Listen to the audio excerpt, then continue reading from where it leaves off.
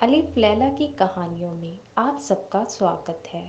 تو چلیے بڑھتے ہیں اپنی آج کی کہانی کی طرف۔ ایک گاؤں میں 3 آدمی ایک جگہ پر کام کرتے تھے۔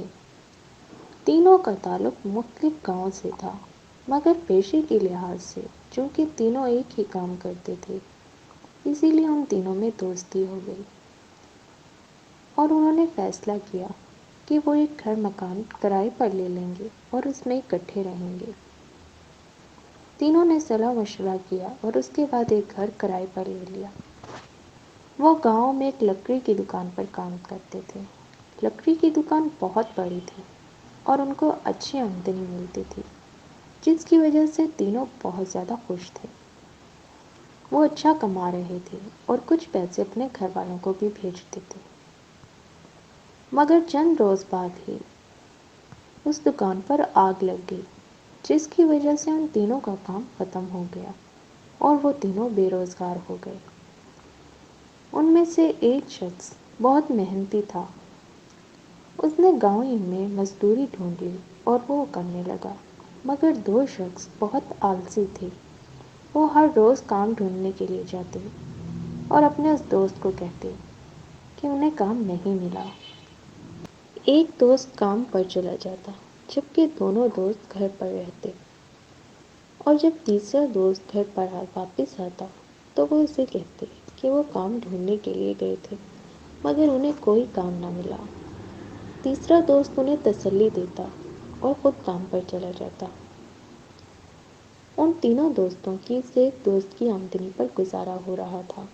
چند دن ایسے ہی گزر گئے، مگر پھر تیسرے دوست نے سوچا کہ یقیناً میرے دوست مجھ سے جھوٹ بول رہے ہیں، کیوں نہ میں ان کو بھی اپنے ساتھ مزدوری پر لے جاؤں۔ اور اس نے ایک دن گھر آ کر واپس ان سے کہا کہ تم دونوں کے لیے میں نے ایک کام ڈھونڈا ہے، تم دونوں بھی میری طرح مزدوری کرو تاکہ تمہاری آمدنی میں اضافہ ہو۔ دونوں اس پر راضی نہ تھے، مگر انہیں تیسرے دوست کی بات ماننا پڑی اور اگلے دن وہ اس کے ساتھ مزدوری پر چلے گئے۔ ایک مرتبہ پھر سے تینوں دوست کمانے لگے۔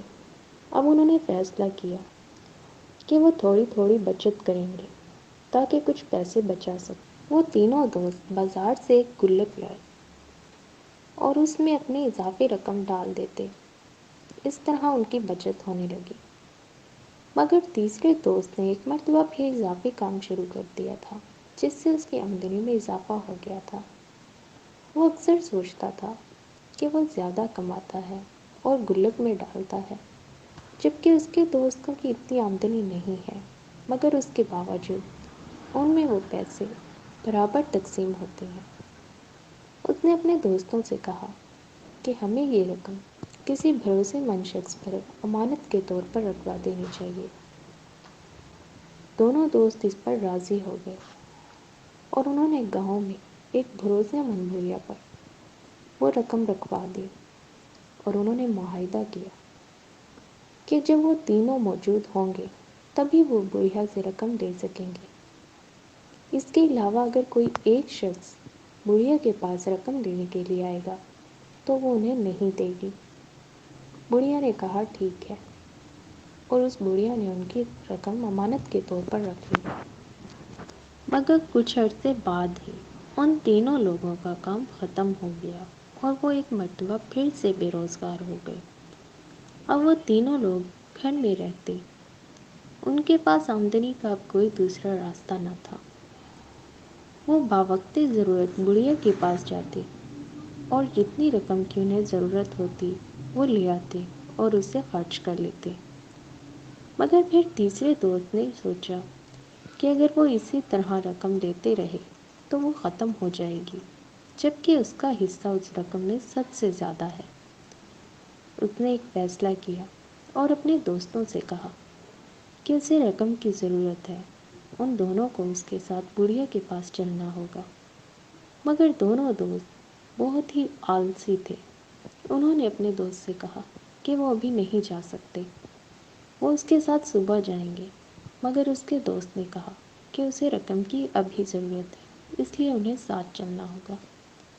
دونوں دوست نہ مانے تو تیسرے دوست نے ان سے کہا کہ ٹھیک ہے، بڑھیا کے پاس میں چلا جاتا ہوں، تم دونوں بس اس کے دروازے پر کھڑے ہو جانا، اور بڑھیا جب تمہیں آواز دے تو بتا دینا کہ ہم تینوں ساتھ آئے ہیں۔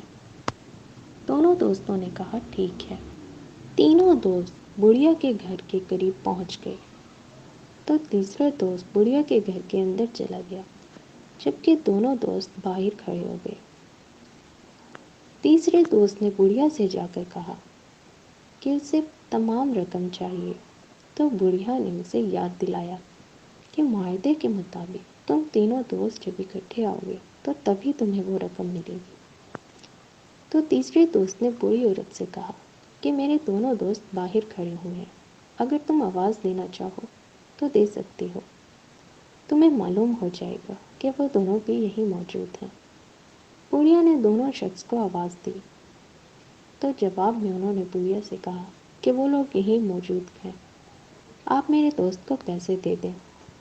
بڑھیا نے وہ تمام رقم تیسرے دوست کو دے دی اور تیسرا دوست وہاں سے چلا گیا، جبکہ دونوں شخص وہیں باہر کھڑے رہے۔ جب کافی دیر گزر گئی اور ان دو لوگوں نے کہا کہ ان کا تیسرا دوست ابھی تک کیوں نہیں آیا، تو وہ بڑھیا کے گھر کے اندر چلے گئے اور انہوں نے بڑھیا سے کہا کہ ان کا تیسرا دوست کہاں ہے۔ تو بوڑھی عورت نے جواب دیا کہ وہ تو رقم لے کر کب کا چلا گیا ہے، تم دونوں ہی نے تو کہا تھا کہ تم دونوں باہر کھڑے ہو اور میں اسے وہ رقم دے دوں۔ دونوں دوستوں نے اپنے تیسرے دوست کو تلاش کیا مگر وہ انہیں نہ ملا، تو انہوں نے بوڑھی عورت سے کہا کہ اب تم ہی ہمارے پیسے دو گی۔ بوڑھی عورت بہت زیادہ غریب تھی، اس نے ان دونوں شخص کو کہا کہ میرے پاس اب پیسے موجود نہیں اور نہ ہی میں تمہیں کوئی رقم دے سکتی ہوں۔ تو دونوں دوستوں نے فیصلہ کیا کہ وہ قاضی کے پاس جائیں گے اور وہاں اپنا مقدمہ پیش کریں گے۔ ان دونوں شخصوں نے قاضی کے پاس جا کر اپنا مقدمہ پیش کیا تو قاضی نے بوڑھی عورت کو عدالت میں پیش ہونے کا حکم دیا۔ بوڑھی عورت بھی وہاں پہنچ گئی اور اس نے قاضی کو بتایا کہ معاہدے کے مطابق تینوں دوست آئے تھے، جبکہ وہ دونوں باہر کھڑے تھے اور میں نے تیسرے دوست کو وہ رقم دے دی۔ قاضی نے اپنا فیصلہ سناتے ہوئے بوڑھی عورت سے کہا کہ چونکہ رقم دونوں کو نہیں ملی تو تمہیں ہی ان کی رقم واپس کرنا ہوگی، اور اب اس تیسرے شخص کو لاؤ تاکہ ان کی رقم دے سکو۔ بوڑھی عورت نے بہت زیادہ بحث کی مگر قاضی نہ مانا، تو بوڑھی عورت نے 1 دن کی مہلت مانگی جو قاضی نے دے دی۔ بوڑھی عورت روتے ہوئے اپنے گھر واپس جا رہی تھی اور سوچ رہی تھی کہ آخر وہ اس تیسرے شخص کو کیسے تلاش کرے گی اور ان دونوں شخص کو پیسے واپس کیسے کرے گی۔ گلی میں بہت سارے بچے کھیل رہے تھے، تبھی ایک بچہ وہاں سے گزر رہا تھا اور اس نے بوڑھی عورت کو روتے ہوئے دیکھا، تو اس نے بوڑھی عورت سے پوچھا کہ آپ کیوں رو رہی ہیں؟ تو بوڑھی عورت نے عدالت میں پیش آنے والے تمام حالات اس بچے کو بتائے اور روتے ہوئے بچے سے کہا کہ تم ابھی بہت چھوٹے ہو، تم اس مسئلے کو نہیں سمجھ سکو گے۔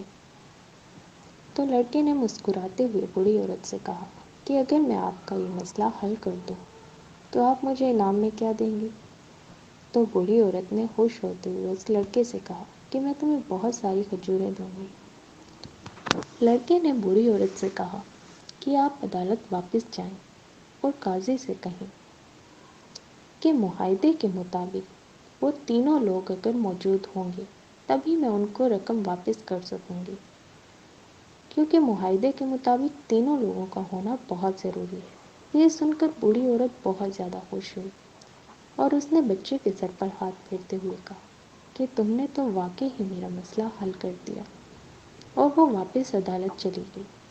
قاضی نے جب بوڑھی عورت کو اتنی جلدی واپس آتے ہوئے دیکھا تو اس نے بوڑھی عورت سے پوچھا کیا تم نے رقم کا بندوبست کر لیا ہے؟ تو بوڑھی عورت نے کہا نہیں، بلکہ مجھے میرے مسئلے کا حل مل گیا ہے۔ تو قاضی نے پوچھا کہ وہ کیا ہے؟ تو بوڑھی عورت نے کہا جیسا کہ آپ جانتے ہیں معاہدے کے مطابق تینوں لوگوں کا ہونا بہت ضروری ہے، اور اگر یہ 2 شخص اپنے تیسرے ساتھی کو لے آئے تو میں ان کو وہ رقم دے دوں گی۔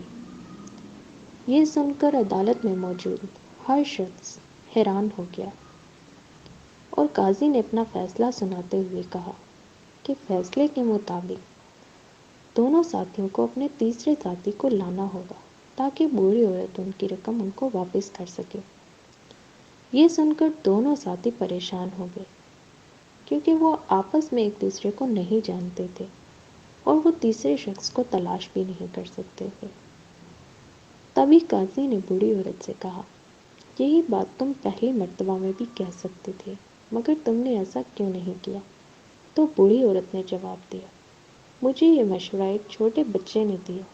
یہ سن کر قاضی اور بھی زیادہ حیران ہوا اور اس نے بوڑھی عورت سے کہا، یقیناً وہ بچہ بہت زیادہ ذہین ہے، اس بچے کو بھی عدالت میں پیش کیا جائے۔